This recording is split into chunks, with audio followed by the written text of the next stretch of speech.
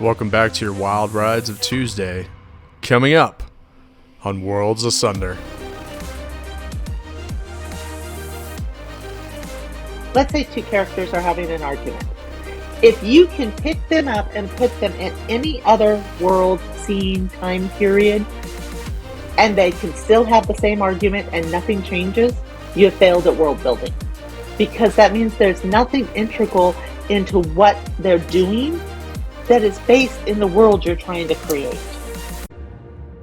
We've read about far-off lands and adventures of heroes, but how do we elicit those feelings of excitement, tension, and wonder in others?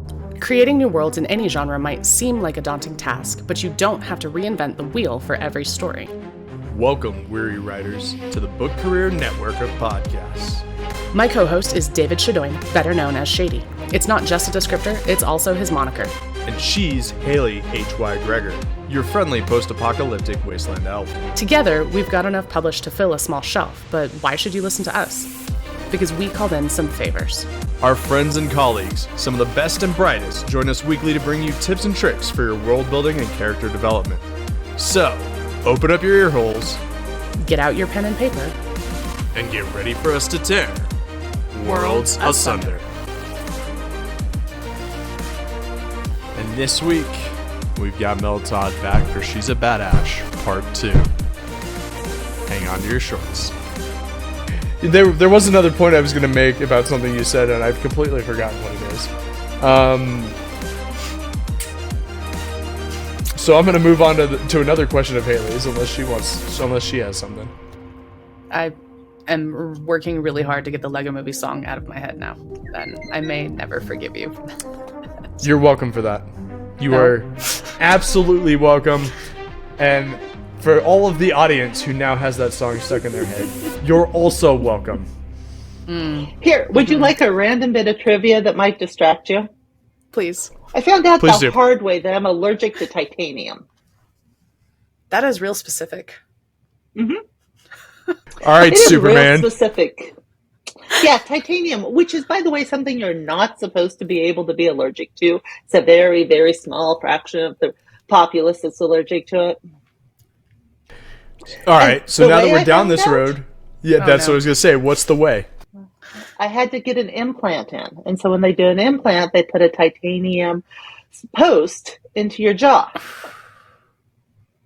Yeah, 4 months of nonstop pain and swelling. And I finally went, okay, nothing's working. I took more antibiotics last year than I think I've taken in the last decade. Okay, because I just don't get sick that often. Took the implant out, 48 hours. The headache was gone, the pain was gone, and the swelling was gone. I'm glad you figured out what it was. I'm looking on the bright side, at least now, because, the older you get and the more technology advances, the odds are I'm going to have probably a knee replacement at some point, a hip replacement, a shoulder. I'm really looking for bionic arms. I will guarantee you they will not be putting titanium in me. So that was total, off topic. John Osborne, when he Oh, yes, he fell. when he broke his right hip after at we had Dragon dinner. Con. Yes. Yeah, they gave him a titanium hip. I think they put a bolt in his hip because the break was actually the top of his femur. And for longtime Worlds Asunder listeners, you'll remember we interviewed John a couple of months ago. But so speaking of Dragon Con and titanium and everything else, there's your... Well, like Absolutely I said, I'm off very topic. glad that I found this out on something that was relatively easy to remove. Can you imagine if I had figured this out after they'd put a titanium hip in? I'm like, You would I have a can't mesothelioma mesh commercial at that point. yeah, very much. And the amount of pain and the fact that this was actually relatively easy to diagnose because it was only on this side of my face, around this area, spreading up from where it was. So it was kind of like, well, I've never had any issues until now. So let's try removing this. Worst case, I pay the money to have you put it back. It's not going back. And now we know. See, but this is world building. Think about it. Because I gave you a little tiny thing, there's now this domino effect. What happens if I get in an accident and I need a replacement part? But it's titanium, which means I can't have it, which means you've then got to go out on a quest to scavenge other parts. Okay, well, ceramic work, will stainless steel work. What happens if I turn out to be allergic to other metals? This is what I love about random bits of trivia like this. Here, and I will even segue right into stuff about Victoria. So, that was my next writing question. in Victorian England. Yeah. I love it when a transition works out. Yeah, I didn't even have to think about it. Well done. Nope. Little freaking things. Like, okay, I'm having the character stop and buy a bag of nuts from a street vendor. Wait a second. You learn as an author, you want to be detailed and specific. You don't want to just say nuts. You want to say what sort of nuts. So I start Googling what sort of nuts they might be selling in Victorian England in the summer. Would you believe it took me 30 minutes? Because chestnuts, wrong time of year. That's in the winter, so it couldn't be chestnuts. I'm like literally pulling up recipes from Victorian cookbooks, trying to figure out what sort of nuts they might actually have.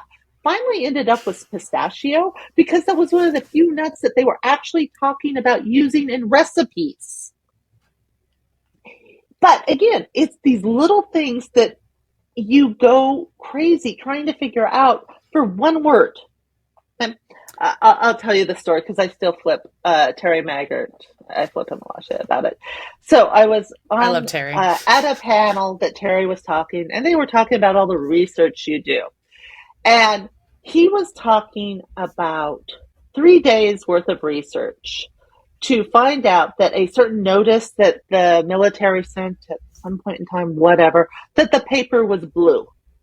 Okay? 3 days to figure out that this piece of paper was blue. And he's like, and I was so proud as I wrote the blue. And I raised my hand. I'm like, Terry, couldn't you spent those 3 days writing? And he's just like, because yes, little things do matter.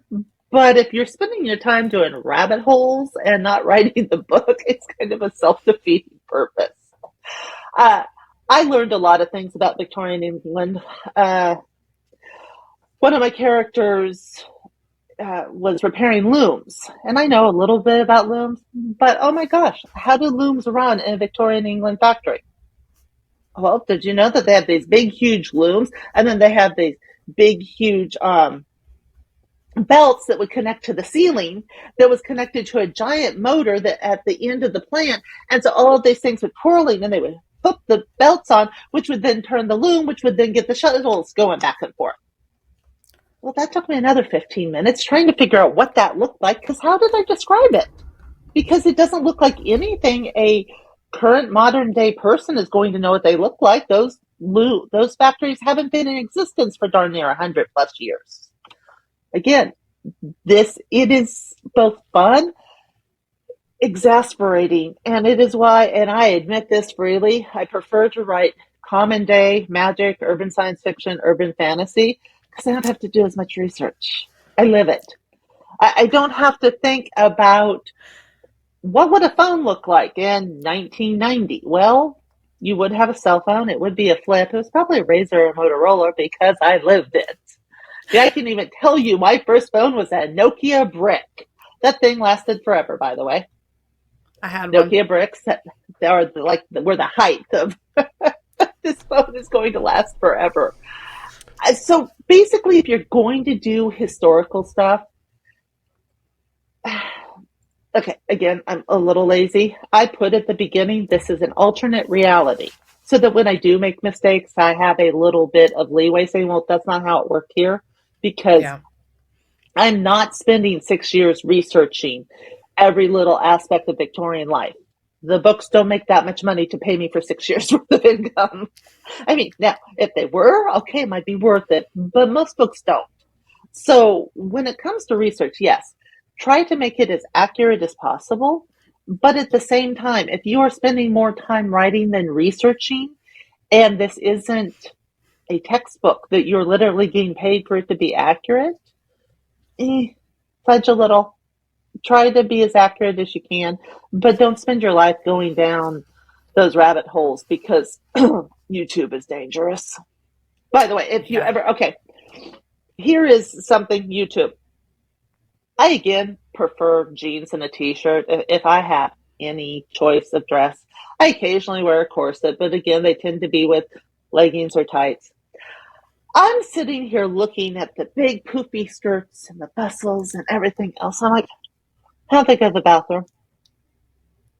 I can't figure it out, and I'm trying to write this scene, and I'm like, I Carefully. literally have no idea how you would go to the bathroom with this, much less, let's say you were on your period and you had to change the rags that were down there. What did you do? How did you do this and not have blood everywhere? There's this wonderful lady on YouTube that actually wears this and shows you how they would do this. By the way, most of them sat on toilets backwards. You didn't sit at a toilet with your butt facing the back. You sat at a toilet with your front facing the back. Okay, so but that makes so much sense. Skirt up here so that you could reach and still have the skirt down behind you. They also usually did this standing up. You would stand up, you would hold the chamber pot under you, and then set it down, clean yourself up, and drop your skirts. Yeah, don't sign me up for a bustle. You know. Actually, the bustles collapsed. I thought they were really rigid. No, they collapsed like slinkies. So, hang on. Shady and I, that's for where reasons sneaky- I can't remember. For reasons I can't remember. But yeah, we were just talking about bustles discussion a couple nights ago. Confirm with us what they are. Because I had a theory. I think I know it's the piece that goes like at the top of the skirts, right? Right on top of your butt, back, right? And basically gave you a butt. So they liked women with the ant waist and the nice big butt. You know, I like big butts, I cannot lie. Well, that butt piece would actually just collapse down like a slinky. Huh. So it wasn't very heavy or anything else because it was just basically fabric over the wire spines that would then just collapse. And I was like, there you go, fashion as world building, because that was important. Well, but I mean, think about it. What you do. So it's one of my, again, old. I know everybody has seen Die Hard, right? We have all seen Die Hard. Because the Bruce Willis of that movie, yes, that one. There's another one. No, it's a joke from the roast of Bruce Willis. He's like, everybody asks me if it's a Christmas movie or not. It's not a Christmas movie. It's a Bruce Willis movie. And this is where I have to disappoint people and say that I have never seen Die Hard. You have never seen Die Hard? No. Okay. It's not an intentional oversight. Then I'm going to give something away. In Die Hard, he just gets off the plane and he's at the fancy office building where his wife is, and he's taken off his shoes because he's been on a plane, and he's making scrunchies in the carpet with his bare feet. And then everything goes to hell in a handbasket. Okay? The rest of the movie, he's running around barefoot, getting his feet cut up. He's leaving blood footprints everywhere. For the rest of my life, and this is something I do, the first thing my characters do when they have to run out of a room is grab their shoes. Because I don't know about you, but while I had feet like leather soles when I was a kid, nowadays, no. I want my shoes on. I will stop in a burning fire to put my shoes on. Because if I can't run, I'm in trouble. If something's chasing me, I'm in trouble. If I'm in a burning house, I would like shoes so I don't necessarily waste my time hopping around screaming, holding the foot that just stepped on burning embers. Yeah, shoes. Shoes are so important. And what kind of shoes? Because I feel like this is an obligatory. It's a Bryce Dallas Howard's character in Jurassic World, where she's wearing those like 4-inch spikes. And they interviewed her, and she was like, "Oh, I actually did that. Like, I practiced so I could do that." Okay, so I will say that while I roll my eyes a little bit at women wearing heels, so teenager, young teenager, probably under 16. I had to wear a dress to church. That was non-negotiable. And of course, by the time you get to 12 or 13, you get to wear heels.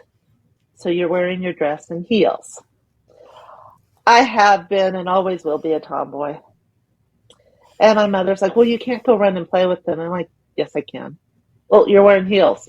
And Yeah, Watch I me. could run really well in heels Yeah. because the option was I learned how to run in heels, or I didn't get to go play and had to stand there and be ladylike. I'd figure out how to run in heels.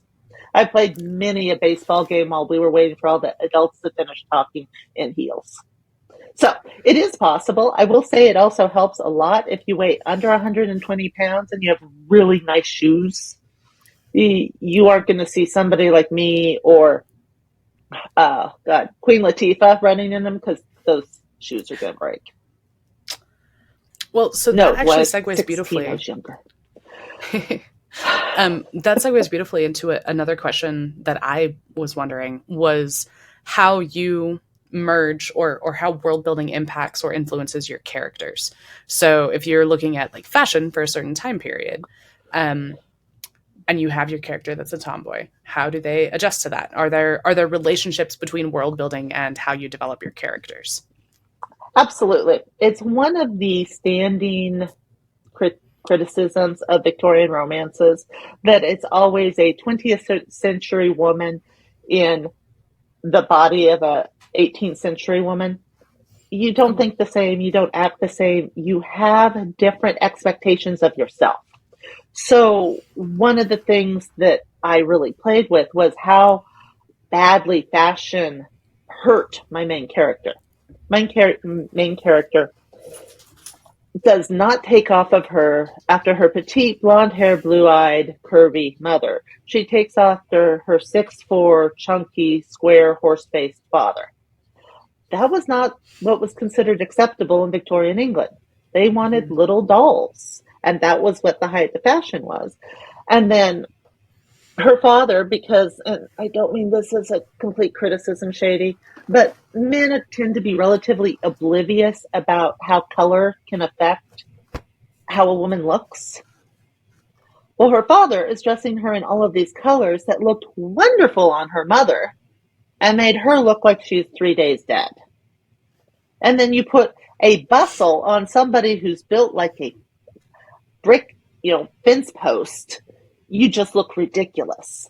And so it was one of the things that she really struggled with is she always felt like the ugly duckling because nothing flattered her. Nothing looked good. The colors weren't good. And because she was taller than what was acceptable, of course, her ankles are always showing, which is socially unacceptable. So she's feeling uncomfortable about that.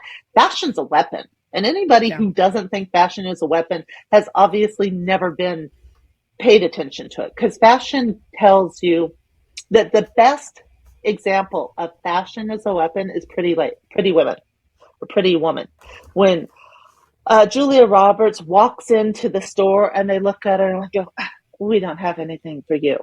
She is judged instantly by what she is wearing, not anything else. Fashion is and always has been a weapon. The question is how you can use it. So this means that for me to get my character from where she is, which is a dutiful daughter who has bought into all the social mores of 1800s Victorian England, she has to grow and learn how to break all of them. And one of the fun ones is learning how to break the fashion ones. Now, that I had fun with because I have a bad habit of, I will write this little, I need a character right here to do X. They go pop on, pop off. They never pop off. Half the time they try to take over the story. So she gets taken to this seamstress, another character knows, and the seamstress name is Diante, Diante, with all of the little apostrophes all over it, with a very nice Adam's apple, and dress, and heels, and pearls. And she literally is standing there trying to figure out how to treat this person. Not necessarily because she thinks it's wrong, but she's like, do I treat him as a male, because this is obviously a male, or do I treat him as a woman because he's obviously dressed as a woman? And note, those are two drastically different bits of social interaction. And she's sitting there having this mental war going, which one do I choose? And finally she looks at herself and goes, well, they're dressed as a woman, so they must want me to treat them as a woman, so I'm going to act like they're a woman. And that was the end of the conversation. But think about that. We don't ever really have that much anymore. You have it a little bit with opening doors, maybe holding out chairs. But she had to take all of her social conditioning and decide how to treat a single person because her social conditioning clashed. And from that, I get to start breaking apart everything else. Well, and historically, that's huge because you're right. Like today, things are a little bit different. But as far as like story immersion, I think that is the difference between your suspension of disbelief for readers and creating a world that's you have a modern woman that's just conveniently in the Victorian era, right? So I think illustrating those kinds of mindsets are really important. I think that's great. Well, it's also kind of fun. My book 2, which is Lord, is her brother. And her brother is oblivious to everything. And he's oblivious because mostly he lives inside his head. He's like, oh, well, if I take this and do this, and then I can run a circuit. His mind is always going. And so all of the things that are going on, he's like, okay. And he hasn't really paid attention to any of it until he is absolutely forced to and has all of his social blinders ripped off in a way that he can't ignore. And that's when that man who, at this point, he's in his late 20s, pushing 30, he finally realizes all of the constraints that society is placing on him as a lord. And he's like, I don't know that I particularly care about this because I can't help the people who actually need me. Whereas if you had presented him with this option at the beginning of the book, he would be like, they can just go get jobs. It's not that big a deal. What, are they scared of working? Because he hadn't had a chance to see. And it really is fun because you get to play with, okay, what is something that could realistically shake these things off? The amount of research I did about the Irish troubles in Victorian England was just frustrating because I needed more drama going on than what actually was. The drama is either going on 20 years before or 20 years after. And I'm like, no, it's happening now. That, and it turns out that half of Europe at that point was related to each other. Like everybody was somebody's cousin or daughter or grandson. It was like, why are you guys all related? It makes it harder to do bad things to people.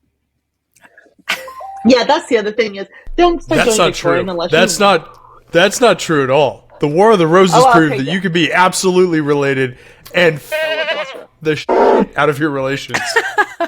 Well, yes, so did the Civil War. But I was trying to do a little bit less, I don't know, global twisting the knife. Yeah, no.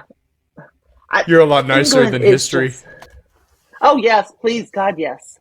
Look, I work really hard on night not being as bad as humanity as a whole is. Well, because that's the whole point, right? Like, some people read grimdark, they want that gritty, visceral kind of ugliness.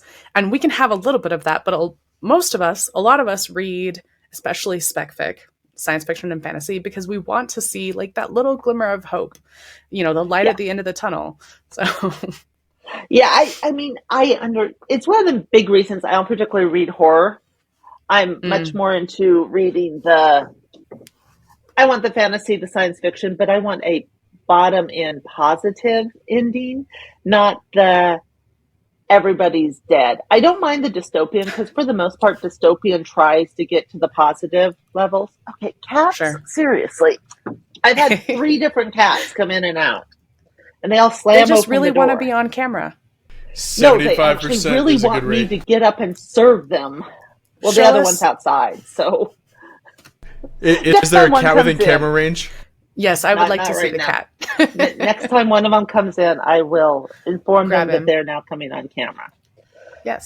Clearly that's what they want, is attention. Obviously, yeah. At the least convenient time. Always. I have pictures of one of them today. She wanted on my lap so badly. And I'm like, Kat, you never want on my lap. I want on your lap. So I'm typing because it's during my writing sprints. And I've got her on my lap with her head tucked under one of my arms. And I'm having to sit up super straight with my legs close together so that I can support this stupid cat on my lap and still get my words in. I'm like, you are not helping. Yeah.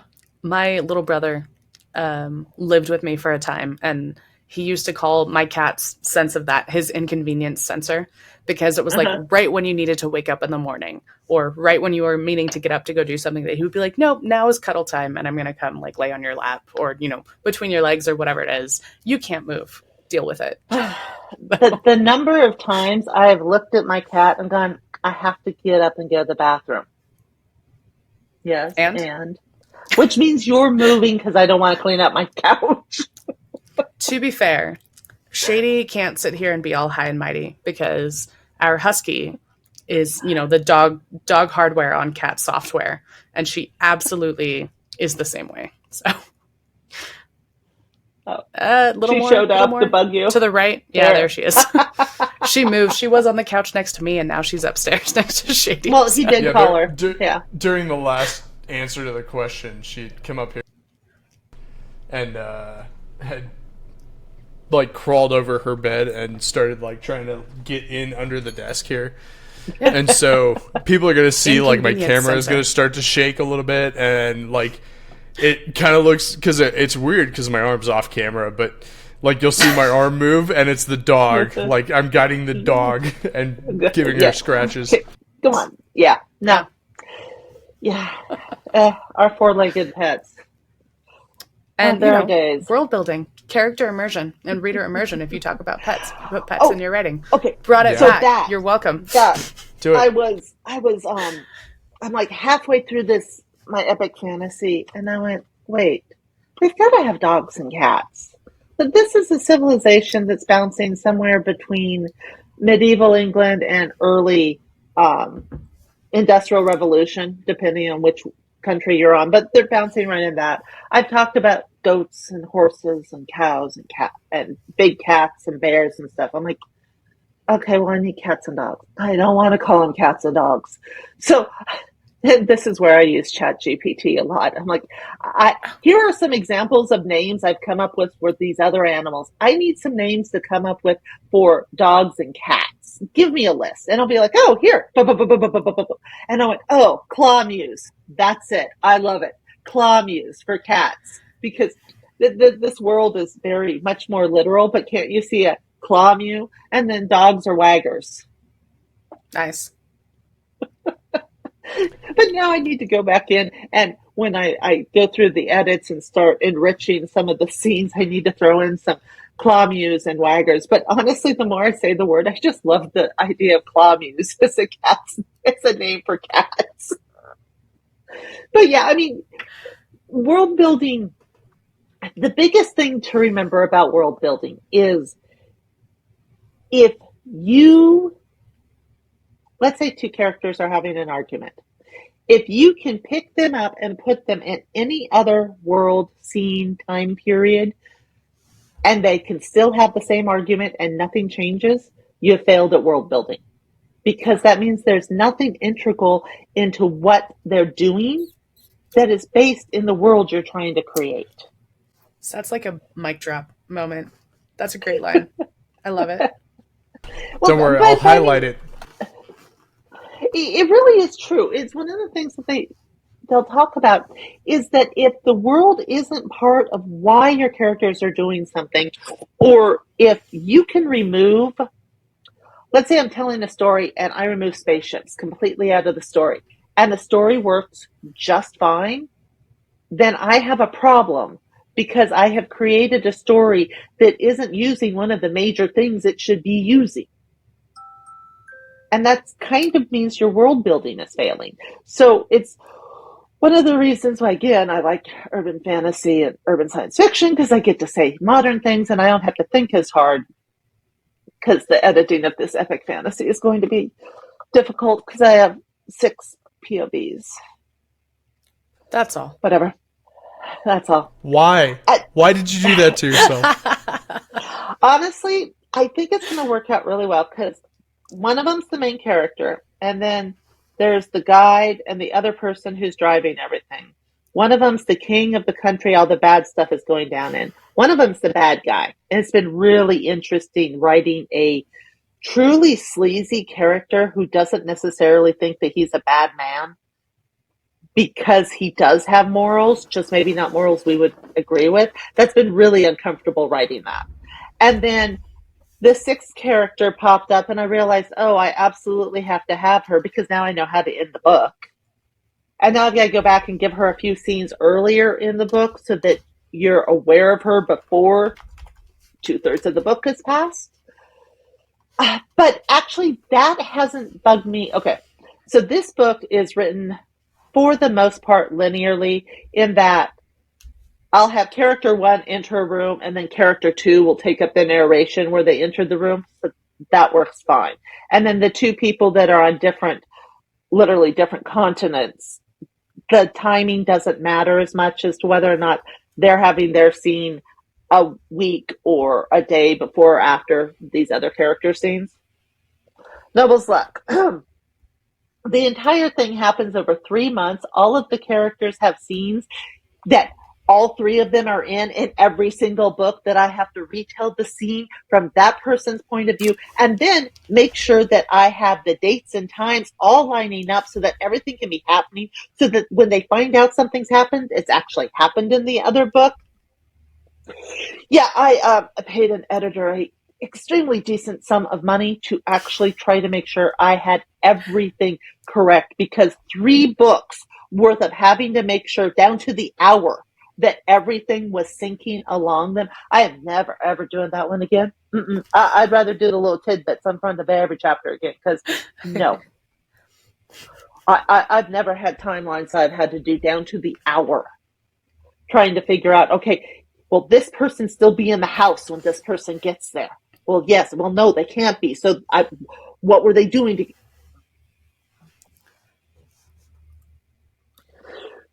That, and London is much bigger than you would have thought it was in the 1860s. London's huge. Perspective. Yeah. Yeah, well, I mean... They walked a lot. To be fair, those of us who have played Assassin's Creed know exactly how big it was. That's one of those games I really, really want to play, except that I don't want to get it. A, because it's a huge game set. B, because I really don't need to spend money on that. C, because I really don't have the time to play it. And D, because I restarted playing Diablo 4 over the Christmas break. So if you want my advice, start with Origins, which is the ancient Egypt one. And do everything since then. Yeah. It's Origins and then Odyssey. Because I have played... No, you gotta start from 1. Go through. Okay, but the game 4. Mechanics. No. Yeah, listen. Okay, did you miss the part where A, I can't really afford to spend money, and B, I'm supposed to be writing books? And not... All right, Mel. I'm gonna give you and the audience all of the Steam freebies here. Wait until it goes on sale, because they put the whole franchise on sale every year. I have never seen the franchise on sale for less than about $70. So we're all gonna fight about Assassin's Creed now. This is what's happening. Yeah, no, this is the new fight. We have the hashtag Holo Challenge, and now we have the hashtag Assassin's Creed fight. Well, that's it. You reached the end of yet another episode with Mel Todd. Hopefully you enjoyed learning about how to build your characters into your world, make sure your world building is worth it for your character development, and a little bit of extra just because we can. We always enjoy talking to Mel, and you can see how easy it is for us to flow from subject to subject. Speaking of Mel, she's got a new series coming out, up for pre-order right now. Lady will have come out on the 3rd of February, Lord on the 17th of February, and Bastard on the 3rd of March. Go get yourselves a copy if you're interested. As always, thanks to Nick Thacker and Book Career Network for hosting us. You can find all of our links, including links to Mel's latest stuff, in the show notes. Thanks, Haley, for doing those. Next week, we have Mel Todd back for She's a Badass Part 3. Should be a good time, and we'll get to hear Haley's argument on Assassin's Creed. As always, like, comment, and subscribe wherever you listen to podcasts, and make sure you give us a share, let everybody know we exist. And thanks to all of you for helping us tear the worlds asunder. We'll see you next time.